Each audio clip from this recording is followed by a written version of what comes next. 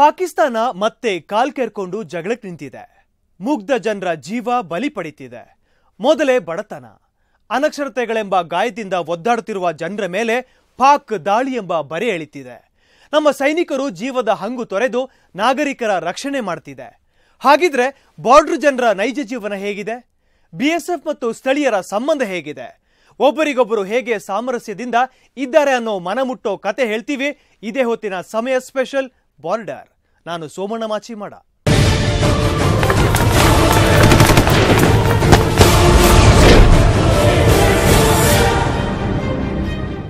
ಏಕೋ ಏನೋ ಅಷ್ಟಷ್ಟು ದಿನಕ್ಕೆ ಪಾಕ್ ಶಸ್ತ್ರ ಎತ್ಕೊಂಡು ಕಾದಾಟಕ್ಕೆ ನಿಂತು ಬಿಡುತ್ತೆ.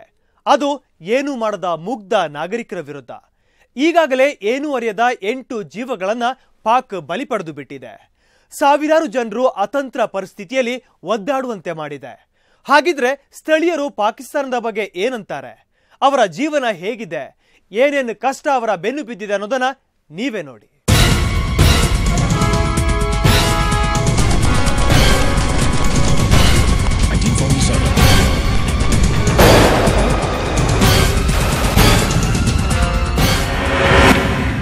ಒಂದು ಬೀದಿ ಜಗಳ ಶುರುವಾದ್ರೆ ಸಾಕು, ನಾವೆಲ್ಲ ಹೆದರಿ ಮನೆಯೊಳಗೆ ಸೇರಿಕೊಳ್ಳುತ್ತೇವೆ.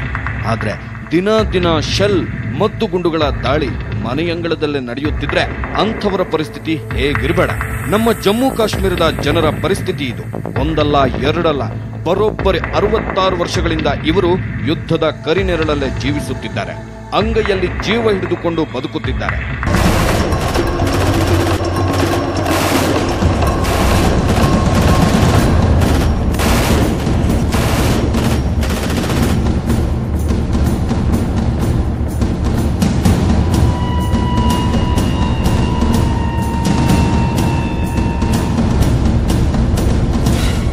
ಇಷ್ಟು ದಿನ ಕೇವಲ ಉಗ್ರವಾದಿಗಳನ್ನು ಭಾರತದ ಗಡಿಯೊಳಗೆ ನುಸುಳಿಸಿ ಪಾಕಿಸ್ತಾನ ಕಿರಿಕ್ ಮಾಡುತ್ತಿತ್ತು.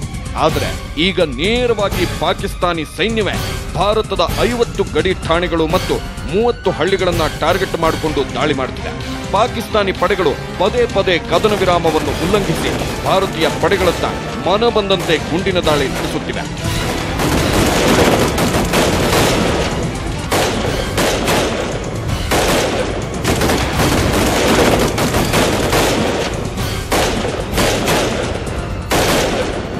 ಇದರಲ್ಲಿ ಅಕ್ಟೋಬರ್ನಲ್ಲೇ 8 ಜನ ಭಾರತೀಯ ನಾಗರಿಕರು ಮೃತಪಟ್ಟಿದ್ದಾರೆ.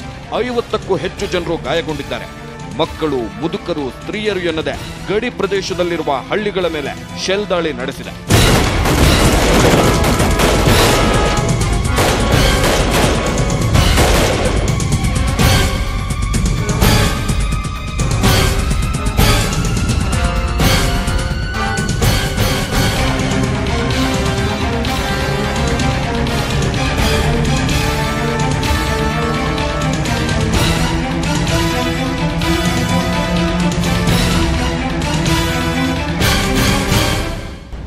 पूंछ, नेंदहार, आरिसपुर, पर्गवाल, गांजनसू, अरनिया, रामगढ़ ಹೀಗೆ ಗಡಿಯಿಂದ 192 ಕಿಲೋಮೀಟರ್ ಉದ್ದದವರೆಗೂ ಪಾಕ್ ಅಪ್ರಚೋದಿತ ದಾಳಿ ನಡೆಸಿದೆ.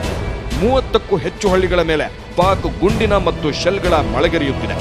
ಶಿಮ್ಲಾ ಒಪ್ಪಂದವನ್ನ ಮುರಿದು ಪಾಕ್ ಶೆಲ್ ದಾಳಿಗಳನ್ನು ಮಾಡುತ್ತಿದೆ. ನಾಗರಿಕರನ್ನು ಕೊಲ್ಲುವ ಹೀನ ಕೃತ್ಯಕ್ಕೆ ಕೈ ಹಾಕಿದೆ. ಜನರ ನೆಮ್ಮದಿಯನ್ನು ಕದಡಿದೆ. 100 ಮನೆಗಳು ಪಾಕ್ನ ಪಾಪ ಕೃತ್ಯಕ್ಕೆ ಈಡಾಗಿವೆ.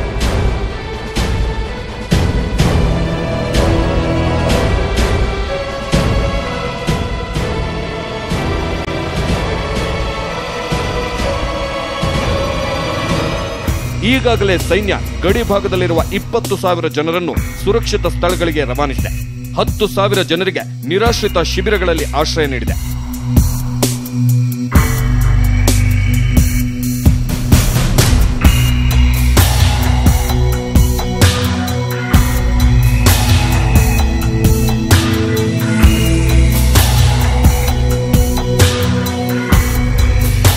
काफ़ी टेंस है पूरे जो बॉर्डर का इलाका है हीरानगर सेक्टर में, वहाँ फायरिंग चल रही थी शाम से।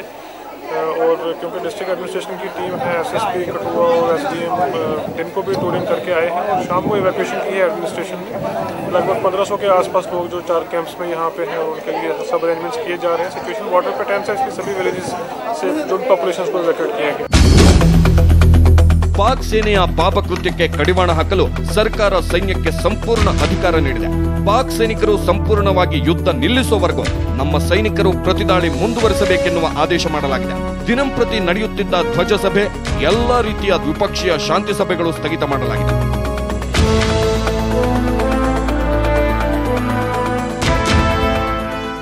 ಎರಡು 2012ರಲ್ಲಿ 114 ಬಾರಿ, 2013ರಲ್ಲಿ 347 ಬಾರಿ, ಈ ವರ್ಷ ಈಗಾಗಲೇ 334 ಬಾರಿ ಪಾಕಿಸ್ತಾನ ಕದನ ವಿರಾಮವನ್ನ ಉಲ್ಲಂಘಿಸಿದೆ.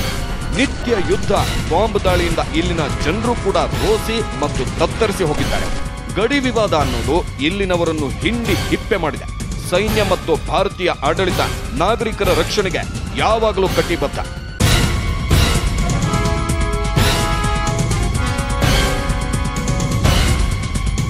ಇತ್ತ ಪಾಕ್ ಕೂಡ ಭಾರತದ ದಾಳಿಯಲ್ಲಿ ತನ್ನ 17 ಜನ ನಾಗರಿಕರು ಮೃತಪಟ್ಟಿದ್ದಾರೆ ಎಂದು ಹೇಳಿಕೊಂಡಿದೆ. ಗಡಿಯಲ್ಲಿರುವ ಪಾಕ್ ಸೇನೆಯ ಠಾಣೆಗಳು ಧ್ವಂಸಗೊಂಡಿವೆ ಎಂದು ಅಲವತ್ತುಕೊಂಡಿದೆ.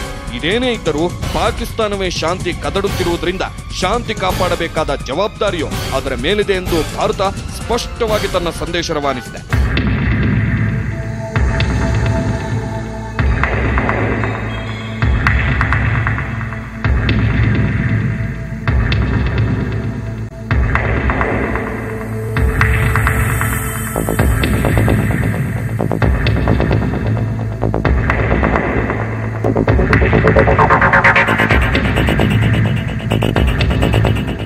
ಜಾತಿ ಮತ ಅನ್ನದೇ ಕಾಶ್ಮೀರಿಗರು ಪಕ್ಕದ ಪಾಕಿಸ್ತಾನ ಕಂಡ್ರೆ ಉರಿದು ಬೀಳ್ತಾರೆ. ಅವರ ಜೊತೆ ಅಪ್ಪಿತಪ್ಪಿನೂ ಸೇರೋಕೆ ಬಯಸಲ್ಲ. ಅದ್ಯಾಕೆ ಅಂತ ಶತ್ರುತ್ವ ಹೇಗೆ ಬೆಳೀತು ಅನ್ನೋ ಕುತೂಹಲಕಾರಿ ವಿಷಯ ಹೇಳ್ತೀವಿ ಈ ಬ್ರೇಕ್ನ ಬಳಿಕ.